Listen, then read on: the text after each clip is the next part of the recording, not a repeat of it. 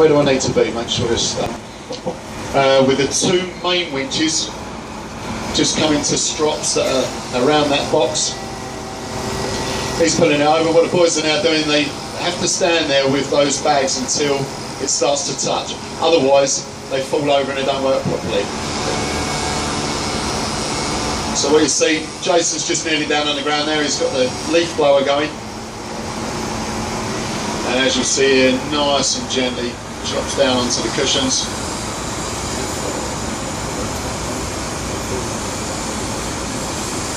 Perfectly exhausts the air out of it. That's about as controlled a rollover as you'll ever see. Give him a nice round of applause. That was a great job, boys. Yeah, that's perfect. And we'd like to, whilst the boys are just sorting themselves a minute, just like to thank all the operators that have supplied the equipment, the personnel and the casualty vehicles. And you can see they're all well signed, written and that. But these guys have donated all the equipment, all the personnel at their own cost. And we really, really would like to thank them for that. They see it as a shop window for their products. It's outstanding, and people do it just because we ask them to do, so it's great really. So what we've got then on the Edgerton's machine now that you can see is that the two winches that he's just used to upright that vehicle are now not being used at all, and he's doing everything else off of his auxiliary winches. So what you'll see then, the auxiliary winches are the ones that are underneath the boom, just behind the rams that lift the boom up and down. So he's got there the winch with the green fair lead on it is going up to the end of the boom to a snatch block. It's coming down to a strop around the front of the tank, around a snatch block, back up to the boom and another snatch block, back down to a strop on the back of the tank, and then back up, terminates back up on the boom there. And then his other auxiliary winch on the other side of the boom that you can't quite see here on the red fair lead is his catch lead. So what he's going to do now is he's winching in with his green. He's almost on that point of balance there now where you can see that, you just see the cab move, and that kind of gives him a clue that that's his balance point there. So single line always on your catch, because what you want to do is get this down now as quick as you can.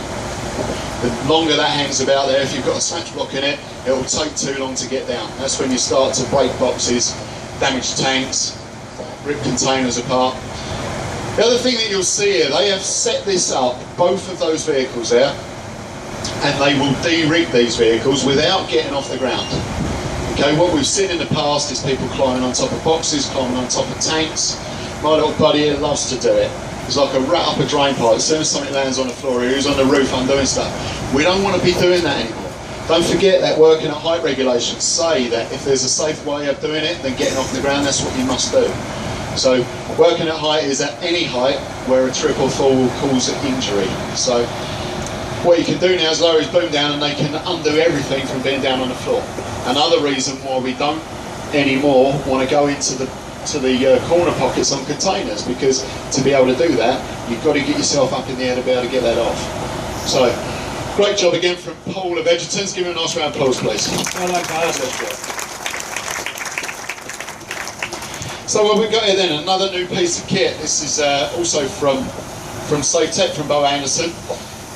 Is what some of you can see on the skip lorry here, on the two wheels that are up in the air. We have, he calls them wheel ducts, we call them brackets. You remember the original type of wheel duct that you had to take 8 of the wheel nuts off and then bolt this thing on there that would give you a double hernia, just picking up the front one, and the back one would take 3 of you to lift it up and get it on there. Whilst it's a great piece of equipment, it was very difficult to carry, very difficult to handle. And so what Bo's done now is made a different thing. So what you've now got is 2 brackets that are kind of semicircular, and they bolt to 2 of the wheel nuts each one. So all you need to undo now is 4 wheel nuts. And these are tested to 20 tons on a side pull and 10 tons on a lift. So the reason that we've done this is because if you're doing a job like this with something like this skip lorry or a mixer, it's very difficult to catch it if you're pulling it towards you. Not so difficult on a reverse roll, but always coming towards you is difficult to catch it and have a controlled drop. So what he's got here is the wheel ducts bolted to the front wheel and the rear wheel. Then he's got a wire strop that runs between the two and a snatch block in the middle. So again, what we've got is an even load between one end and the other. Once again, single line, no snatch block in it, so that once it starts to come down, you can get it down there pretty quickly. But you'll see the transition here in a minute. The transition will look like it's dropping. It's not really, it's just coming down a lot quicker because of it tap. So this is Sam's first ever appearance in public out of school. Yeah. Doing a great job. We got his headmaster in the stand actually, Nick.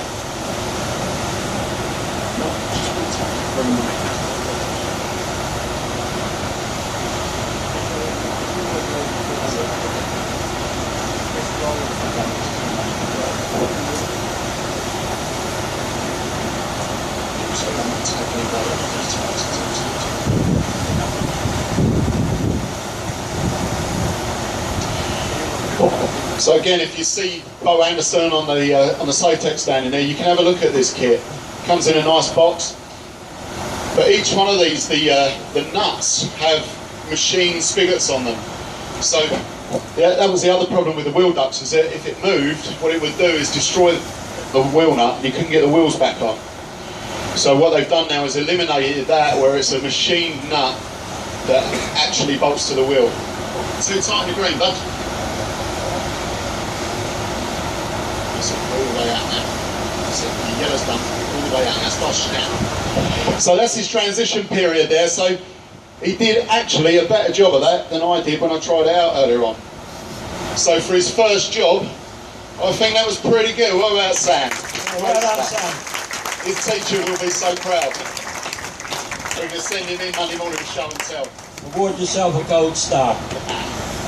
Good stuff. Okay, big job of the day then. This is two guys who are working together. What we've got on the front truck here on the Cedars machine, 40-ton rotator, sliding rotator, 4 winches. 2 winches that you can see are going to the wheels of the tractor here. Just put a small chain through the wheels, and that's how we're going to be able to pick this all the way up off the ground, because if we didn't have that, then the unit would be twisting around and wouldn't be able to achieve it. If you look at the winch that's on the front bumper of the vehicle, what he's got is 1 winch through a selection of to allow it to rotate through there itself. So once they start to lift this off the floor, what they're doing first of all is lifting the back side of the container, so they're just clear of the car, and then they're going to lift this side up as well, lift it way up in the air, so that potentially we would be able to get the car out from underneath it. Now, when they actually do the upright here, the winch that he's got on the front, he won't need to touch, and so that will rotate itself around as it comes over, as it goes up and down through those blocks. So all the control will be done on the 2 winches that you can see up in the air there, the yellow and the blue one. We've got Kevin on the back end, and he's got 2 strops around the back, snatch block on each side. So they're going to lift this thing up off the ground between them. We're going to get the car out from underneath it, and then hopefully a nice controlled rollover and stick it back down on the floor. Hopefully then in a position where we're still in line with it, we can pick it up, tow it away. That's the plan. We'll be a little bit longer to get this going, so got to get themselves sorted out.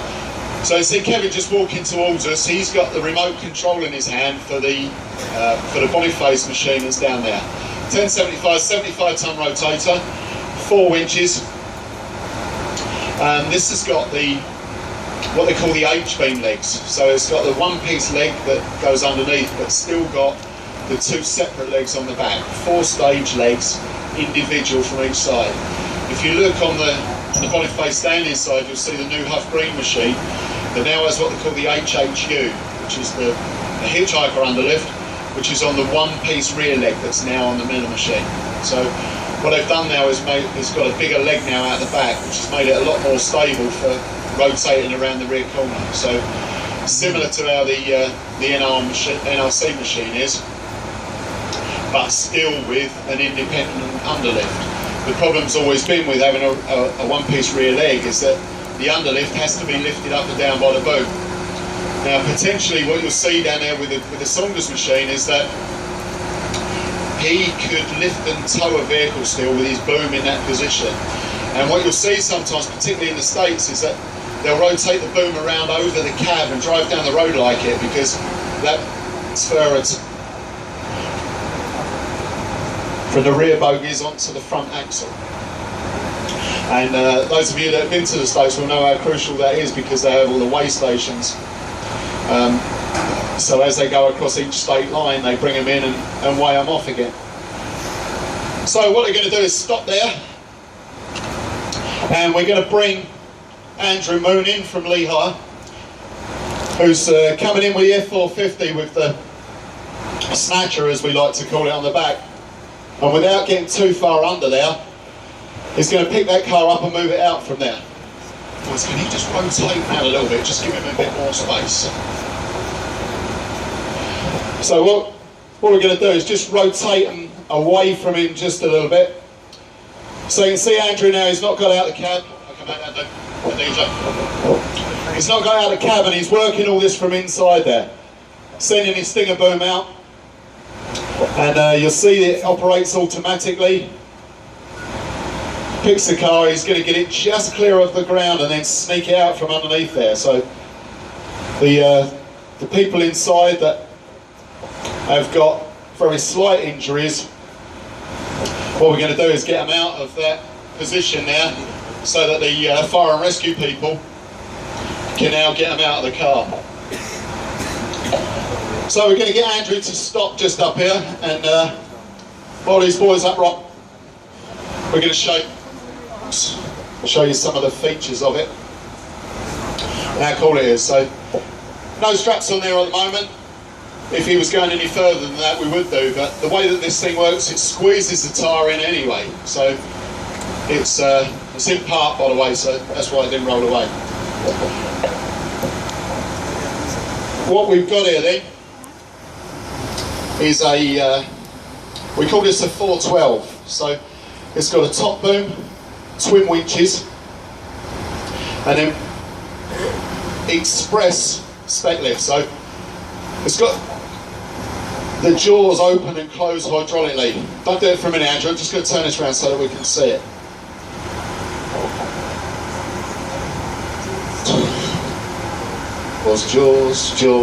Jaws open and close hydraulically, so that's how it kind of goes under, picks the car up. I seem to remember John spoke about Colin Jeffries earlier on. I think you had the first one of these in the country, Colin, didn't you? I think back in the day. I remember seeing the poster.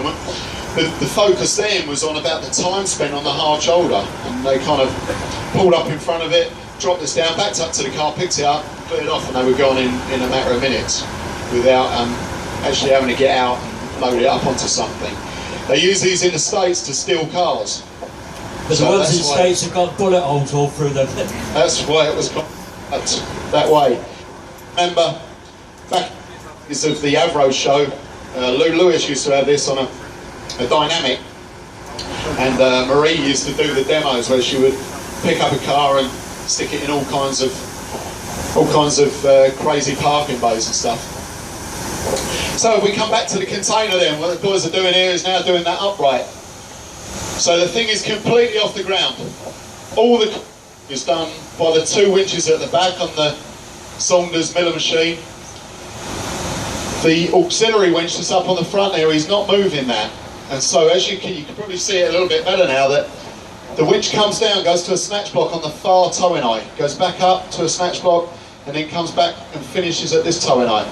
So all the control is done on the back end of the unit, and then it floats through that snatch block section. So this is really a true single lane upright. The way that we've been doing it before by leaving the wheels is that it's not true single lane, because it starts off in one lane, and when it lands on its feet in the lane next to where it started from. But this one has kind of started up dead centre between the two trucks, and because of the way that it's been done here now, it's ended up back in between the two trucks. So absolutely dead, every bit of it done in the same lane. So, you know, I'm not saying that you should do this with every single job, because trucks are not made to take weight on the side of them. So what you're in danger of is, if this is fully loaded, is putting too much weight on the chassis, indeed on the side of the container as well. Not too bad the way that they've got it there, because they've got strops around the container that will tend to keep that in. Don't try and do this off the pockets, or don't connect to the pockets at all. What about that job then? Jason and Kevin, give them a nice round of applause. Fabulous job. Well, guys, and that was pretty difficult. Absolutely fantastic. Okay, we move on to the last two jobs of the day then. You may remember last year, if you saw this container, what we did was put a car in it, so that, sorry, not a container, in this little curtain sider. We put a car in it so that we could show how to get this thing upright without the load falling out the curtain. We put strops around it, and we picked it up and caught it with the little Hong 600R 16-ton rotator. What we're doing this time is showing that instead of pulling it out with the curtain, that we're going to take the load out of it. So what we're going to do now, Jim Cockrell's working the lorry loader crane with remote control. You see him kind of standing in the middle of the arena here, guy with a white helmet on. And what he's got is full control of this. He's walking all the way around so that he can keep an eye on it. So instead of being kind of in the older days when we were working the cranes with levers, where he would have been right down by the truck there, he would have had no idea what was going on and would have had to rely on a banksman. Whereas what he's doing here is that he can see straight away that he needed to bring the crane round because the chains were at an angle. He wouldn't have been able to see that if he was way back there on the levers. So this is a good thing about proportional remote cranes. The downside to it is that he's so far away from his truck that he can't hear it, can't see it, and if something were to go wrong, you're kind of too far away to be able to do anything about it. I like to be near my recovery vehicle so I can listen to it, hear the creaks, hear the groans, and figure out what's going on. So, you know, there's pros and cons to everything. The good thing about this, he knows he's not going to be overloading it. He's only lifting a bit over a ton. And he's better off to be near to the vehicle here so he can see and hear what's going on. If he gets caught up on anything, you can see if the van moves.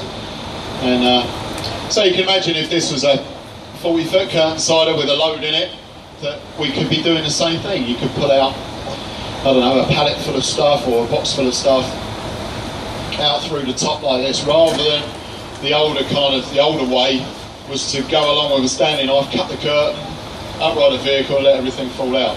The problem with doing that now is that you can't get any more money out of it. That you get now your statutory fee, it's one price whether you're there all day or whether you're there for an hour. So what's better now is to try and either keep the load in it or take the load out before you start moving it, rather than letting it spread about all over the road and then having to pick it up again afterwards. So what he's done here, he's got it stropped to try and keep it level. He's got a couple of little endless loops attached to the wheels with that 2-leg chain that's going to them, and then he's got another section of loops that are running through the car to the B-post, so they lift it up level. But you probably understand, if you've done this before, that if you just pick it up on the wheels, what it will do is kick under. And so the car will end up kind of almost upside down, but on a 45-degree angle. And you then can't put it back down again because it will want to roll over onto its roof. Whereas what you can do here now, by putting it down, he'll then start to pull his crane in a little bit. And hopefully he'll do a semi-controlled roll to upright it. I think what he's going to do here now is stand the curtain sider up first, and then that'll give him a bit more space. So this just needs to be reconnected, because they disconnected that so that they could actually pull the crane out past the winch ropes.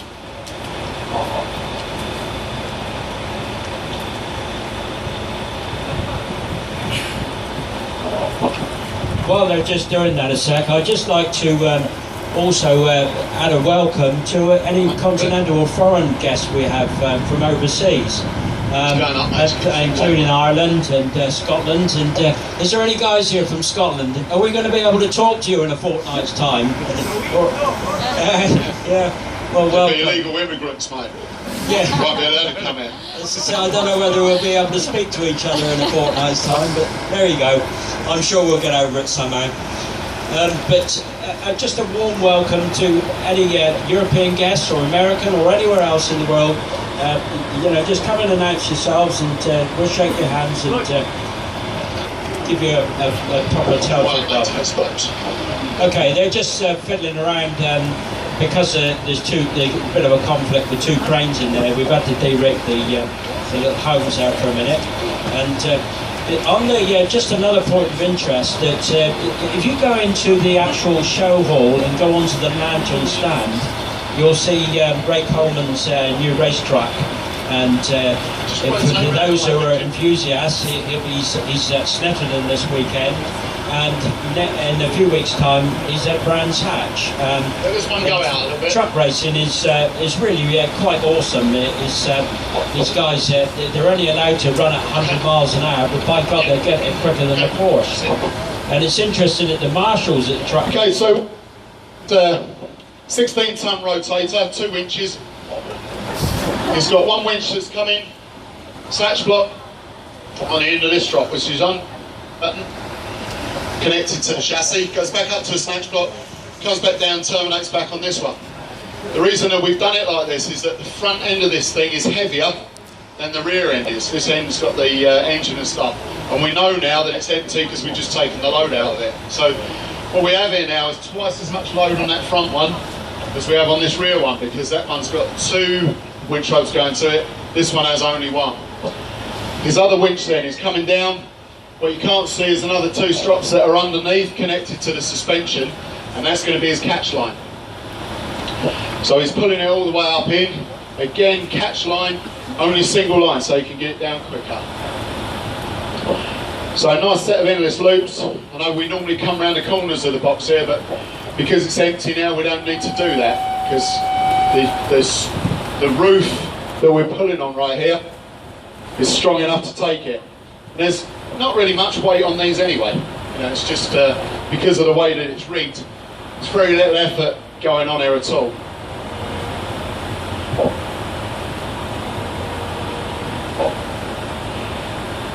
So the crane is all the way up and all the way out, because that's what gives you your best leverage point there. Again, this gets to a point where it comes down quite quickly because of the angle.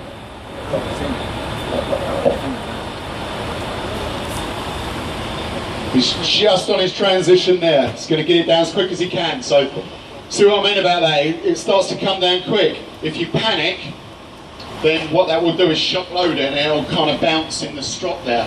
Whereas when it starts to come, if you're single line, just get that lever in and get the winch out as quick as you can. Done then. Jim Cockrell, give a nice round of applause, please. Great. So just the last bit of this display then. The car that he picked out earlier on, he's just going to try and control upright that thing. So once again, we tried to show you a good mix of the equipment that's available today, the techniques that we're using now, good mix of casualty vehicles. I know some of this stuff you've seen before, but it's very difficult to get something like that container that we can get people to tow all over the country for us. We can find cars quite readily, but things like that little curtain cider, the skip lorry, these Arctics, the 7.5 tonners and stuff, they're just kind of keeping hold of them for us. They're worth quite a few quid in scrap value, and they're willing to bring them to things like this, for us to use and to play about with, but B, for you to see, and hopefully you can learn something from what you've seen here today. So that's my team. I think they're an outstanding bunch of people. Give them a nice big round of applause, please. And also to my little buddy,